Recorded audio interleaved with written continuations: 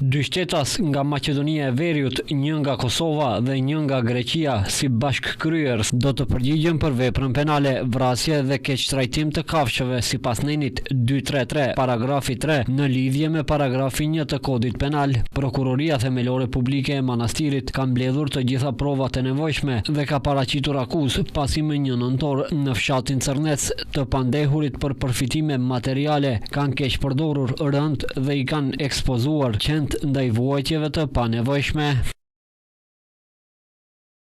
I pandehuri i parë kishte organizuar një luftë mes dy qenve në oborrin e shtëpisë familjare të pandehurit të dytë, i cili paraprakisht kishte përgatitur një ring ku zhvillohej përleshja. Ngjarjen e kishin ndjekur edhe persona të tjerë nga Kosova, Greqia dhe Maqedonia, të cilët policia i ka gjetur në vend ngjarje dhe tek të cilët janë gjetur shuma parash në euro dhe denar, të destinuara për bazëdhënie. Prokurori publik ka dorëzuar në gjykatën themelore të Manastirit një kërkesë për vazhdimin e masës së arrestit shtëpiak për dy shtetasit e Maqedonisë së Veriut, nëse dy shtetasit e huaj, të cilët janë në arati që nga momenti i kryerjes së veprës, nëse nuk sigurohen deri në fillimin e procedurës gjyqësore, prokurori publik do të propozojë të gjykohen në mungesë.